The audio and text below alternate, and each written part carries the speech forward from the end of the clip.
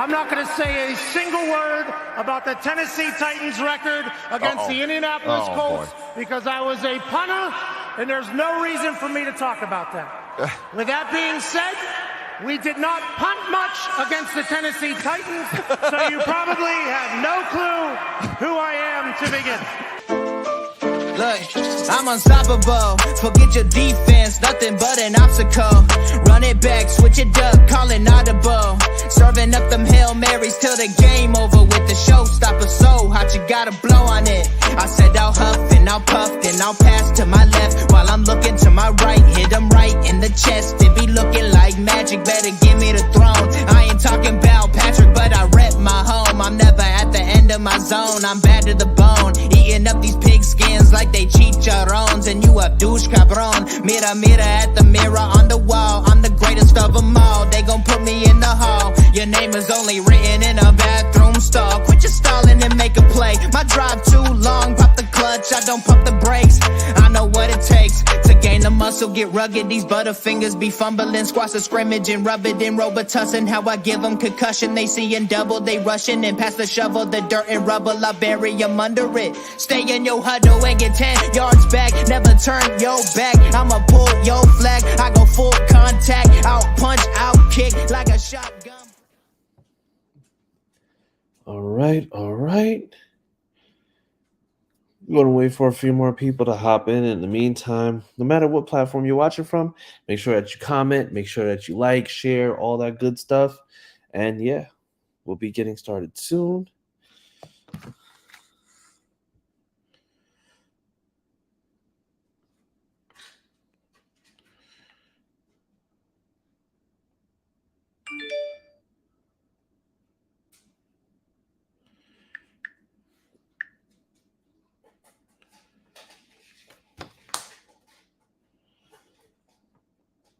Right, and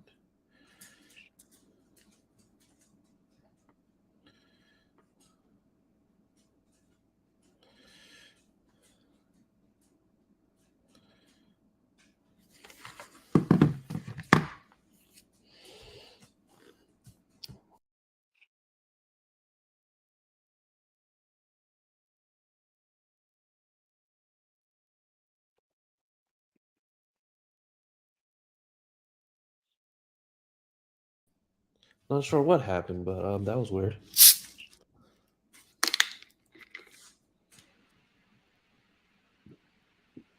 Got you a Coke. Yeah. That's the perils of not having gone serious food shopping yet.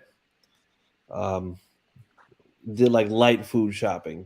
So it's just like it's either that or a Red Bull right now. And if I drink a Red Bull now, I'm going to be up for the next 2 days.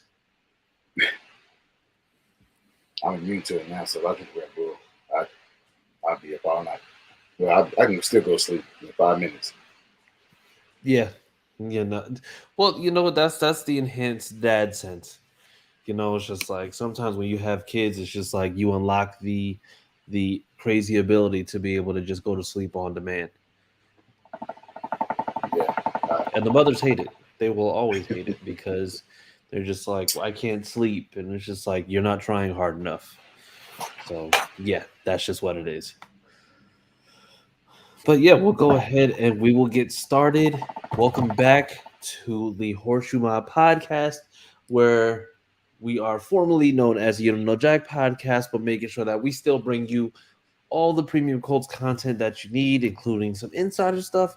So this way, what we know, you'll be able to know, and we'll be that much closer together, right? But in the meantime, before we go any further, got to introduce the guys. So without further ado, we're going to introduce first up, we have with us the man, the myth, the silent legend, Austin Cook. Hey, what's up? I'm Austin. Yes, he is. He is Austin. All right. And then we have the man who is in his vacation home while he watches the Lakers playing the play-in. Josh Senior, everybody. What's good, man? Yeah, never would have made it. That's what we're going with? Yeah, never would have made it. That's all I can say, man. You know. All right, and I'm Chris Jackson. That's a tough act to follow right there. I can't even do anything about that. But yeah, man. So yeah, we're how you fellas feeling? How's everything going? Yeah, I'm feeling pretty good. Yeah, All same, right, same, same all here. right.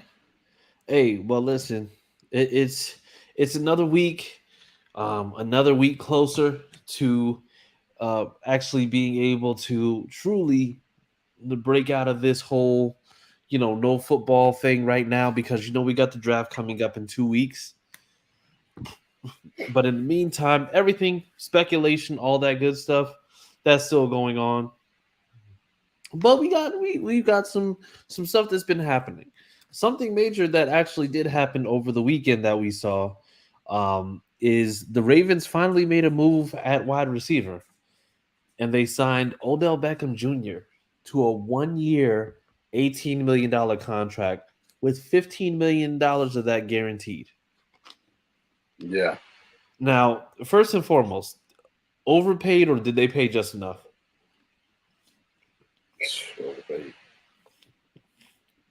Overpaid.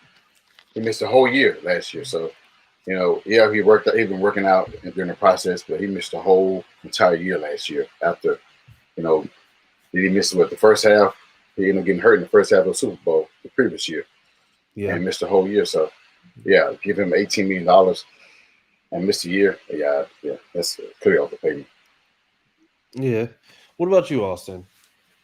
I mean, yeah, like it's a big name. He has a chance to come out and be just as good as he was, but to miss all of last year, it's a bit of an overpay. Yeah. Yeah, you know what? For me, it's not just about the fact that it's an overpay because I do believe that he absolutely that's absolutely an overpay, but I it and I may just feel this way because I'm the way that I am regarding this, but I mean, this is a guy who hasn't he's played a full season twice in his career. And you're paying him all that money. And I mean, yes, it's just like he can absolutely have a fantastic year and possibly get back to form. But I mean, I think he's 30 now. Yeah. And then on top of that, he's coming off of another ACL tear. So that means that you're potentially, because like I said, this is somebody who has had, I think he's had 2 seasons out of a potential 9-season career where he's actually been healthy. So I mean, honestly, I don't see paying him $18 million being anything more than them trying to do damage control and potentially hold on to Lamar. Like that's the way that it looks for me. But I don't know. It could be different. I mean, do you think that it's going to be it's more for optics, or do we think that it's going to be something like, okay, they absolutely want him for his playmaking ability? I mean, we all know why they did this move. Made this move. They made this move to persuade the quarterback to stay. So, I mean, who knows what he's capable of doing, or if he had anything left. Just keep, like you said, he haven't played a full season in a while, probably since Giants days. No, he did play a full season in 2019. So 2019 was the last time he played a full season. With the Cleveland? Yeah. So, and that's after he got traded. But yeah, since then he's just been injured every year. Like I said, he got traded to LA and got hurt. I mean, I don't know what they're expecting. I mean, still, even with Lamar being as talented as he is, I don't know what receiver he had 1,000 yards. Did Hollywood Brown ever had 1,000-yard season? I can't even remember. Was it close? I believe he might have. I can check and see, but I mean, once again, I don't know. But you know what? But here's the thing. So now it's just like you know how it looks. Marquise Brown had a 1,000-yard season once, and that was the year before this last year when he got traded. So he does have one, but outside of that, it's just like the most that he had in terms of yardage was 769, and that was in his second year. So he's been not really consistently a great target. But so then here's my question. We're not looking at this from the Odell perspective. We're now looking at this from the Lamar perspective. Does Odell going to the Ravens change Lamar's stance on him potentially wanting to re-sign and not playing on that non-exclusive tag?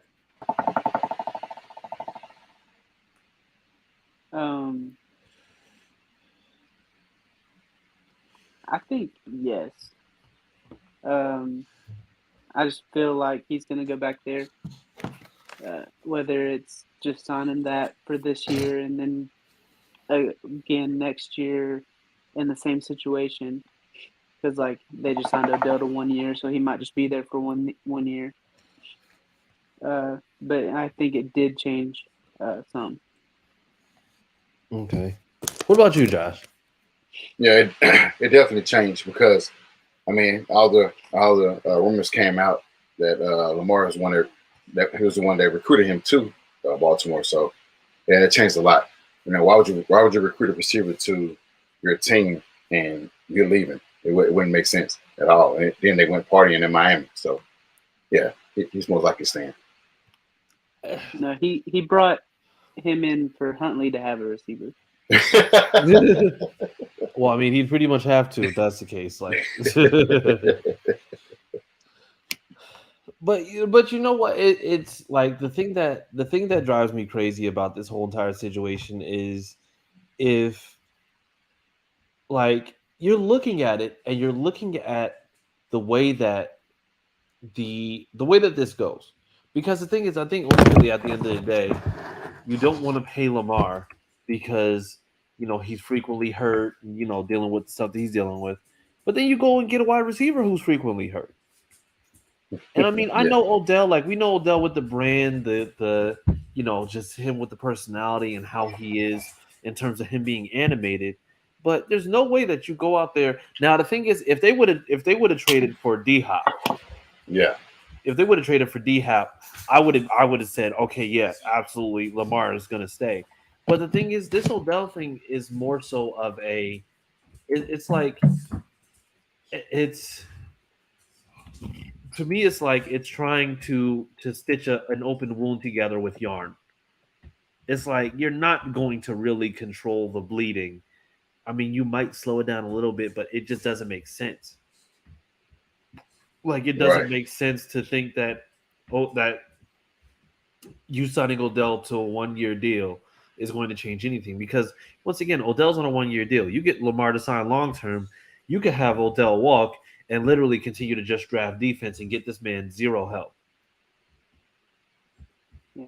It's the idea though. It's the idea of him coming and Lamar recruiting him there.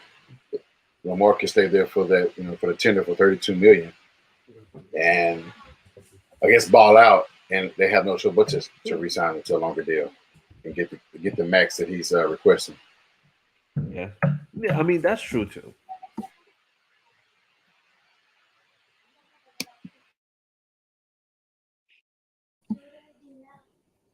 You can.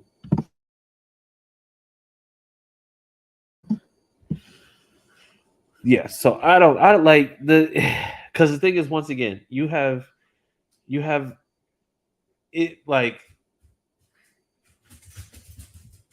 if I'm looking at Odell, there's no way like mind you, I'm sure he's a homie. I'm sure he's fun to play with, fun to be around. But let's also not forget that Odell is not. I don't think Odell's going to get that man to play on $32 million tag this year, even though it's fully guaranteed. But you're not going to get him to play on a fully guaranteed tag, potentially be thrown to the wolves, and then that's just going to be it. Like I don't see it. I just don't see it. But moving on to I'm going to say some more important things. So today, the team officially met with Shane Steichen for the first time. He sat in. He basically sat down with all the players, starters, backups, practice squad guys, and he had a chance to speak with everybody. They had I'm gonna say it's just like he was very, he came with energy. He came with accountability. I'm gonna say, what were your first thoughts and impressions on how things went with, Shane Steichen's first meeting with the team? Yeah, I'm excited to see what he can do as a first-time head coach, a younger head coach, and just seeing him meet with the team. I feel like everybody's locked in. Everybody is going to like. It's just gonna. I feel like it's gonna be a pretty good year. Maybe not a great year, but I just feel like things are on the come up for us with him coming in. Yeah, yeah. What about you, Josh? Because I know it's just like you were online, and there were some people saying some absolutely god awful nonsense. But I mean, what was your impression of what you saw? Yeah, let's speak on that the tweet that you saw me respond to, which was a false narrative of the players not being engaged, or they didn't look attentive. They looked like they was out of sync as he was speaking, but that's not true. Everybody, those players just wanted they got a new voice. Yeah, I know they had a new voice with Jeff Saturday, and Jeff Saturday got those guys to play, even though they only resulted in one win in the last 8 games. And they heard from Frank Wright, and he was more of a teacher. But Frank was not Frank. Shane Steichen was giving them everything they needed. He was the voice. He was the voice of the team. He let them know that it's not about the head coaches. It's not about the players. It's about the team. And in order for the team to move forward, we got to play together. We got to be, like I said, how do we beat our opponent? How can we be better than our opponent? And stuff like that. He was just giving them all the insight, and pretty much giving them the what was instilled in Philly. Play hard with the guy next to you. It's not about self stats. It's not about who has the most money. It's not about the outside noise. And he was giving them that, and they was listening. You can tell that they was listening and getting that new vibe, getting that new voice. And it's always good. And I loved it. Like I said, that's my coach. That's my coach. Yeah, and you know what? It's and kind of going back to that one tweet, because there was a tweet from the guy William Kozlowski. He just said the Colts players look checked out and uninvolved with Shane Steichen's speech. I'm sure they heard Frank Wright give a similar speech 100 times before Jeff Saturday took his place for 8 weeks. Poor Shane Steichen. Yeah, that was and it immediately, I didn't see that. I mean, if guys are checked out, they're not really looking to hear what this man has to say. But at the same time, I think that all those players in that room know that they had to deal with adversity, whether it be team adversity, personal adversity, but what you had to deal with when it came to, last year. Last year was an absolute train wreck. And there's no way possible that you come into this year just saying, oh, well, I don't want to hear what this person has to say, because at the end of the day, Frank Wright couldn't get it done. Jeff Saturday couldn't get it done. And this team couldn't get it done. I mean, we can applaud the defense for being as good as they were, but at the same time, we just weren't good. We weren't good enough to really just secure any type of wins or anything on that line. So, I mean, it's going to be very different in terms of how they go about this. But before we go any further, I do want to address, because we had comments come in. It said, would you guys be subjective to trading down to get an O-lineman and go after Hooker with our first, second round pick? Austin, I'm going to, you know what? Just go ahead and speak on it, because I saw you shaking your head. Just go ahead. How would you be okay with that idea, Austin? I would be ecstatic to get Hendon Hooker on this team. Whether we drafted O-line first or cornerback or whatever we drafted first, and we got Hendon Hooker. I think that'd be great. I feel like Hendon Hooker has the potential to be the best quarterback out of this draft. Whether he will be or not, only time will tell. But I mean, he's a great player, great person. I'd be happy. Yeah. Well, and Josh, put personal feelings aside, because I know you still haven't gotten over what they did to your boys in Bama. How would you feel about that? I don't know. You ask your team, your college team, what they do. Sir, why so testy? Why so testy? Why are we doing this? We're friends. We're friends. Why are you acting like this? If my memory serves me correctly, Hendon Hooker only won one game against Bama. So, I give him a pass. And I wouldn't be against getting an offensive lineman and able to draft him with the 35 pick. That's what he said. Yeah, he said our first second round pick. So you trade down and get an offensive lineman with our first pick and then get him, double back and get Hendon Hooker with the second round? Yeah. I mean, as long as we're getting any quarterback offensive line, I'm not against that. It's just, I don't know. I mean, look, I'm gonna tell you this here. Anybody, these are quarterbacks in my name that I don't want to have. Anybody except the guy from Georgia. I don't even want to say his name. No, absolutely not. I don't even want to say his name. Will Levis. Although Will Levis got the upside and he got the potential as well. Just got to get rid of some of those turnovers he has. And the guy from BYU, Jaron Hall. As long as those guys that we don't go after, I'm okay. I'll be okay with those guys. Be okay with Hendon Hooker, Anthony Richardson, Bryce Young, and C.J. Stroud. Okay. You know what? I like CJ Stroud. I like Stroud. I like Young. I like Richardson. I like Hooker. Anything outside of that is just, it'll take some adjusting, taking some warming up to, but yeah. Yeah. But yeah. But I have no feelings. I have no hard feelings with Hendon Hooker. I have none whatsoever. Quite frankly, I'd be okay with having him so that he can beat Tennessee Titans every year. That would be ironic as all hell. That's for sure. So y'all would love that. And then speaking of going into QB visits, so we know that Will Levis met with the Colts last week. I think they have CJ Stroud is set to visit this week. I'm gonna say it's.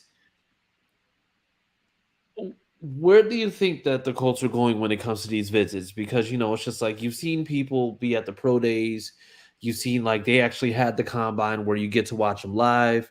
Like what is the actual like what do we think that we're still bringing them in for? Like, do you think they have an idea of exactly what's supposed to happen or what they think is going to happen, or are they just pretty much just still doing due diligence? I think so.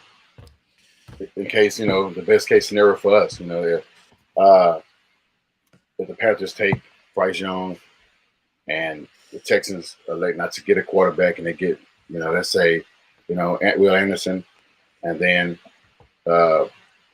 let's say Arizona takes whoever they take, it could be a receiver because they're gonna trade Hopkins. Then the coach get their quarterback of choice at this point now because CJ still be there, Anthony Richardson be there, Will Levis would be there. Those three quarterbacks would be there available at number 4. So why not, visit with all of them? Yeah. Yeah. What about you, Austin? Because, like I said, this is kind of interesting.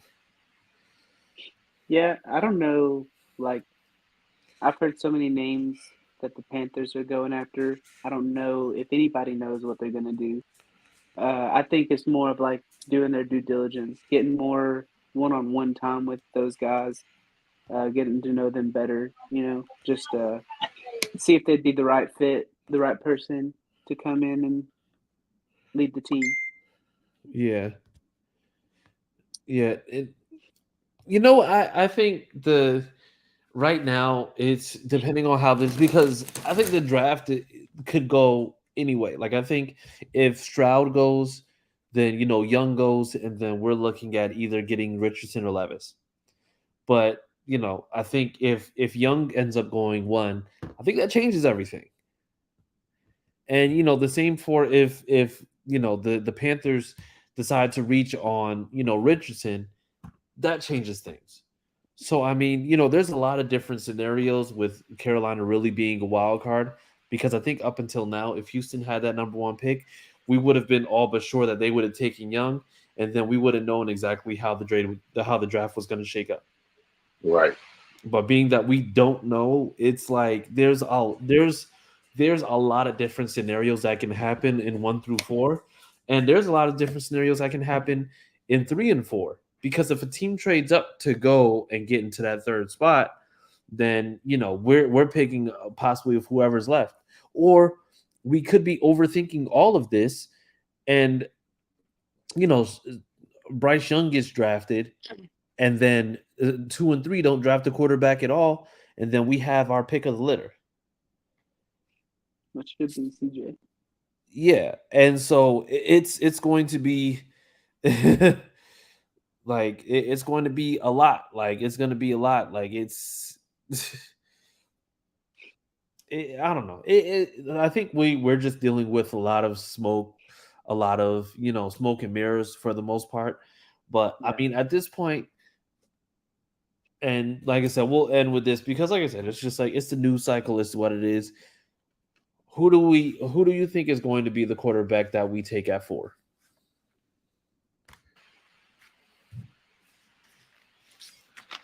I'm gonna say I'm gonna stick with Anthony Richardson for now. Richardson? Okay. What about you, Josh? Who's the quarterback that we're going to be taking at 4? Last week I said Anthony Richardson. This week I'm going to say Anthony Richardson. Yes. All right. And I think that's pretty much where it's headed.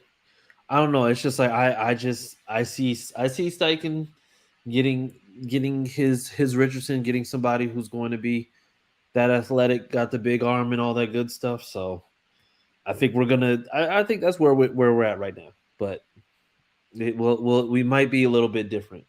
But with that being said, guys, like I said, I know it's not as long as normal episodes, but once again, ain't nothing happening right now. Okay, so let's just but we will be back next week. We will be doing our panel. I know we said we are going to be doing the panel this week, but we just had some things happening with Steichen meeting with the team, which we knew we had to address.